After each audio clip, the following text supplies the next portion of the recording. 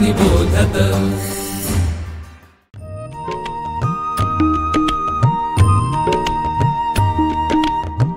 विवेकी अक्षर विवेकी लेखन सुश्राव्य वाचन श्रवणार्थ चरित्रे संस्कारी धीरवीर गाथा रम्य बालकथा अनुभवा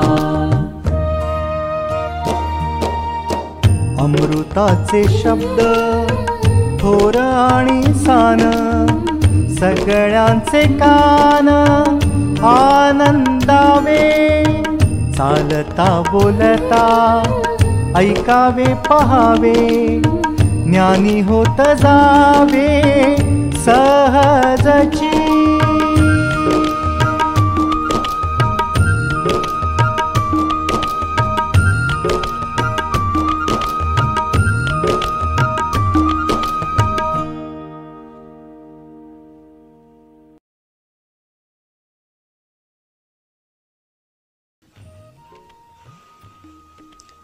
स्वातंत्र्यवीर विनायक दामोदर सावरकर एक सच्चा देशभक्त, विद्वान, अभ्यासक, समाजसुधारक, बुद्धिप्रामाण्यवादी, तत्वचिंतक, विज्ञानवादी, इतिहासकार, विलक्षण मुत्सद्दी आणि ओजस्वी वक्ता।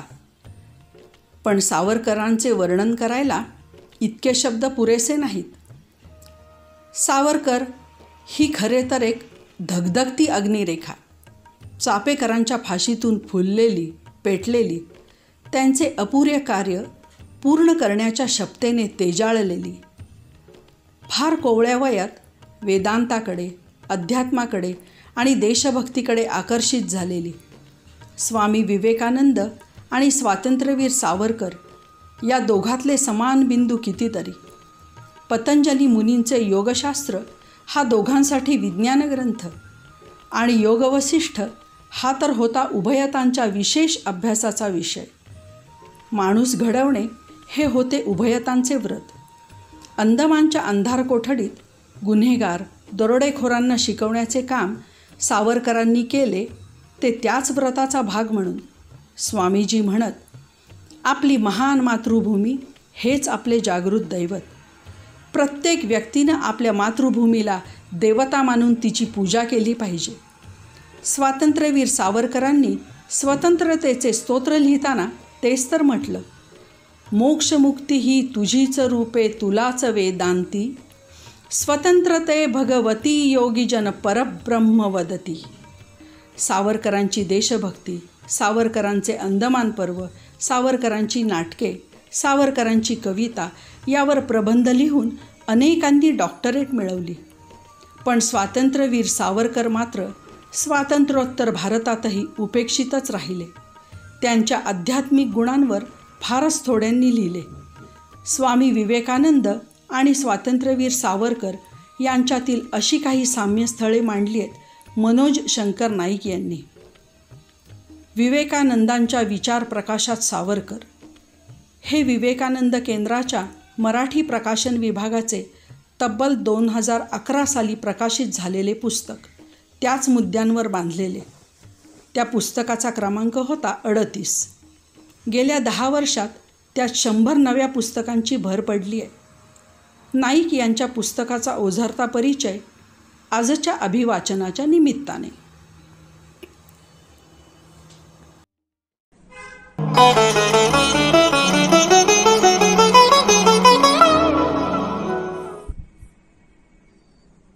अंदमानचा श्रीकृष्ण।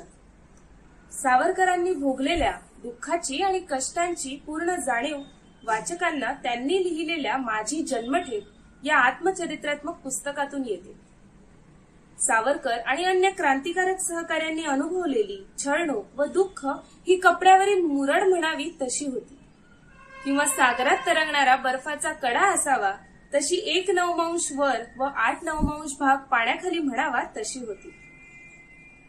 सावरकरांचे आत्मचरित्र माझी जन्मठेप हे पुस्तक वाचकांनी अवश्य नजरेखालून घालावे, कारण त्यात सविस्तर माहिती दिलेली आहे। माणिकतोळा बॉम्ब खटल्यातील प्रमुख क्रांतिकारक इंदुभूषण रॉय याने आत्महत्या केली. अलीपूरच्या खटल्यातील एक क्रांतिकारक आरोपी उल्हासकर दत्त याला विजेचे झटके बऱ्याच प्रमाणात दिले गेले व त्याचे पर्यावसान तो वेडा होण्यात झाले होते. याविषयी उपेंद्रनाथ बॅनर्जींशी बोलताना एखादा शब्द जरी बाहेर पडला तरी त्यांच्या नेत्रातून घळाघळा अश्रू ओघळू लागत. दुर्दम्य श्रद्धा, धैर्य आणि आशा यांची पेरणी अन्य सहकारी कैद्यांमध्ये करून सावरकर त्यांना उत्तेजन देत असत. अशा वर्तनामुळे ते अंदमान येथील सर्व कैद्यांचा मोठा आधारस्तंभ व पाठीराखे बनले होते. या अगोदरच्या प्रकरणात सांगितल्याप्रमाणे सावरकर हे धर्मांध, एककल्ली, दुराग्रही नव्हते, तर ते उदात्त मानवतेचे प्रतीक होते व म्हणूनच केवळ हिंदू धर्मग्रंथांचे पठण, वाचन, मनन यावरच समाधानी न राहता बायबल व कुराण यांचाही अभ्यास करून ते फुरसतीचा वेळ घालवत असत. प्रचंड प्रमाणात होणाऱ्या यातना, खडतर जीवन, जीव जाईल असे परिश्रम आणि तुरुंगातील खडतर आयुष्य रोज अनुभवायला येऊनही सावरकर उपनिषदे वाचावयास आवर्जून वेळ काढली. एका वर्षभरात त्यांनी दरमहा एक अशी 10 प्रमुख उपनिषदे संपूर्णपणे अभ्यासली. दररोज रात्री आज आपण काय वाचले यावर चिंतन ते करीत असत. वाचलेल्या मजकुराचे सार अभ्यासून त्याचे मर्म जाणून घेण्याचा प्रयत्न करीत असत. हा उपक्रम त्यांना मानसिक शक्तीची जणू खाणच सापडावी याची प्रचिती आणून देणारा होता. स्वामी विवेकानंद एके ठिकाणी म्हणतात, शक्ती शक्ती म्हणजे काय, तर उपनिषदाच्या एकेका पानातून जे काही सांगण्यात आले आहे ते म्हणजे शक्ती. माझ्या उभ्या आयुष्यात एक मोठा माहितीपूर्ण पाठच मला शिकवला गेला आहे. ही गोष्ट मी एक महान घटना म्हणून स्मरणात ठेवली. ही शिकवण सांगते की हे मानवा तू दुबळा राहू नकोस. अवघ्या जगात हाच एकमेव ग्रंथ असा आहे की ज्यात अभि हा शब्द वारंवार वापरलेला आढळतो. अभि म्हणजे निर्भय. साऱ्या विश्वातील वाङ्मयात ईश्वरास उद्देशून वा मानवास उद्देशून हे विशेषण वापरले गेल्याचे ऐकिवात नाही. विवेकानंद पुढे म्हणतात, गेली 1000 वर्षे आमचा वंश अधिकाधिक दुबळा बनत जाईल अशीच प्रत्येक गोष्ट झाली. या प्रदीर्घ कालखंडात केवळ एक अंतिम उद्दिष्ट दृश्यमान होत होते. आपण अधिकाधिक दुर्बळ बनत जाऊन गांडुळासारखे वळवळत राहून जो आपल्याला त्याच्या पायाखाली चिरडून टाकायला निघाला आहे त्याच्याच पायाशी लोळण घेत आमचे राष्ट्रीय जीवन अधोगतीला पोहोचले होते. माझ्या मित्रांनो, तुमच्याच रक्तमासाचा मी एक आहे. तुमच्याच मध्ये मी जगतो आहे, मरतो आहे. तर असा हा मी तुम्हाला सांगत आहे की आपणास हवी असेल तर ती एकच गोष्ट आहे, प्रत्येक क्षणी शक्ती, शक्ती आणि शक्ती. आणि उपनिषदे म्हणजे प्रचंड शक्ती संचय असलेली मोठी खाण आहे. ही उपनिषदेच हाती तुतारी घेऊन साऱ्या दुर्बळ जनांना, दुःखी, कष्टी आणि दलित, पददलित, सर्व वंशाच्या, सर्व वर्णांच्या, सर्व जाती, उपजातींच्या आणि विविध स्तरावरील लोकांना सांगेल की तुम्ही तुमच्या पायांवर उभे राहायला शिका आणि मुक्त व्हा. ही मुक्ती म्हणजे शारीरिक स्वातंत्र्य, वैचारिक स्वातंत्र्य, आध्यात्मिक स्वातंत्र्य. हे 3 उपनिषदांच्या परवलीचे शब्द आहेत. आपल्या आमच्या अनन्यसाधारण बुद्धिमत्तेच्या जोरावर सावरकरांनी उपनिषदांमधली ही सारी सत्ये ग्रहण केली होती, आत्मसात केली होती. त्यांची खोलवर अशी प्रचिती त्या सत्य घटनांचे परिवर्तन प्रत्यक्ष कृतीत रूपांतरित होण्यास सावरकरांना प्रवृत्त करीत होती. त्यांना वर्षातून एकदा फक्त एक पत्र घरच्या नातेवाईकांना लिहिण्यास परवानगी होती आणि ते पत्र देखील अधिकाऱ्यांमार्फत कसून तपासणी झाल्यानंतरच पुढे रवाना केले जात असे. आपले धाकटे बंधू नारायणराव यांना धाडलेल्या पत्रात ते लिहितात, पंच उषक्काली आणि सायंकाल संपता संपता मी अल्पकाळ प्राणायाम करतो आणि तदनंतर अगदी नकळत गुंग होऊन गाढ झोपतो. ती गाढ निद्रा इतकी विलक्षण निस्तब्ध शांतता देते की दुसरे दिवशी पहाटे जेव्हा मी जागा होतो तेव्हा कुठे मला उमगते की मी तुरुंगामधील लाकडी फळकुटावर आडवा झालो असताना माझ्या आत्म्यास समतोल वृत्तीचा, अलौकिक अशा मधुर मनशांतीचा अनुभव येतो आणि माझे मन एका तीव्रतम शांततेमध्येच वावरत असते. अशा अतिप्रतिकूल अवस्थेत सुद्धा एवढी विलक्षण मनशांती त्यांना कशी काय प्राप्त करून घेता येत असे हे देखील एक अद्भुत आश्चर्यच आहे. एक महान चमत्कार म्हणूनच त्यांच्याकडे पाहिले गेले पाहिजे.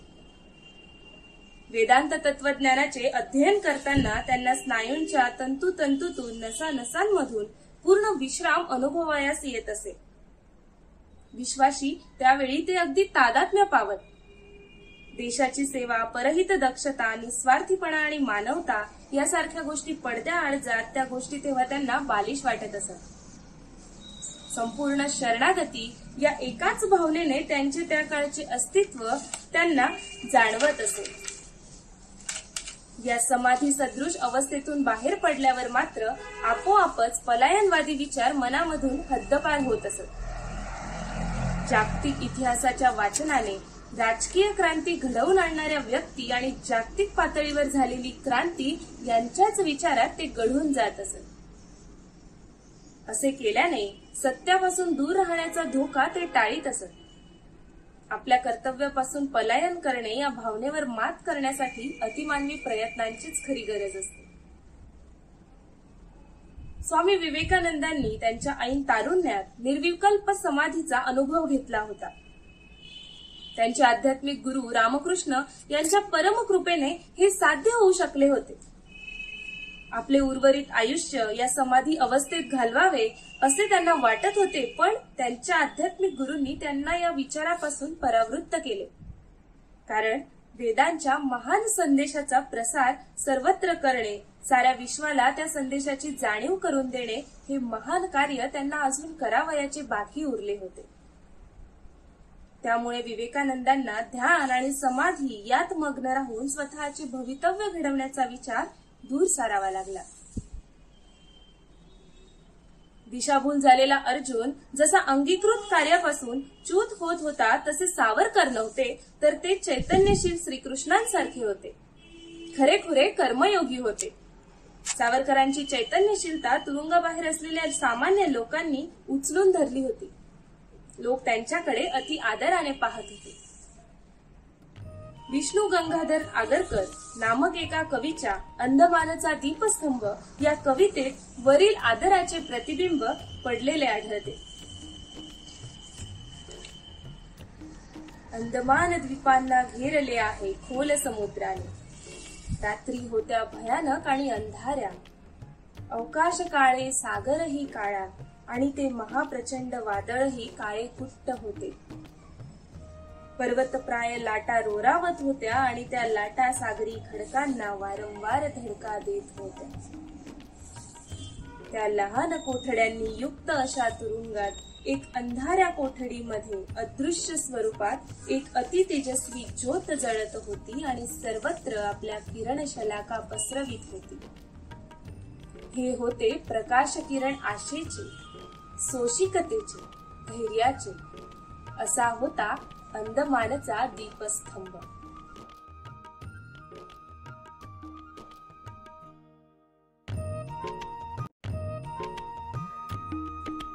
विवेकानंद केंद्र मराठी प्रकाशन विभाग म्हणजेच MPRV गेली 35 वर्षे संस्कारक्षम आणि राष्ट्र जागरणपर पुस्तकांच्या प्रकाशन व्यवसायात. 135 हून अधिक पुस्तके, 10 लाखांहून अधिक प्रतींची एकूण विक्री, कार्यकर्त्यांना उपयोगी पडेल अशा माहितीची विवेकशलाका आणि केंद्राच्या देशभरातील कार्याचा परिचय करून देणारी कार्यदर्शिका. संपर्क अश्विनी हाईट्स, पहिला मजला, ग्राहक पेठेजवळ, टिळक रोड, पुणे 30. संपर्क क्रमांक 9881061686.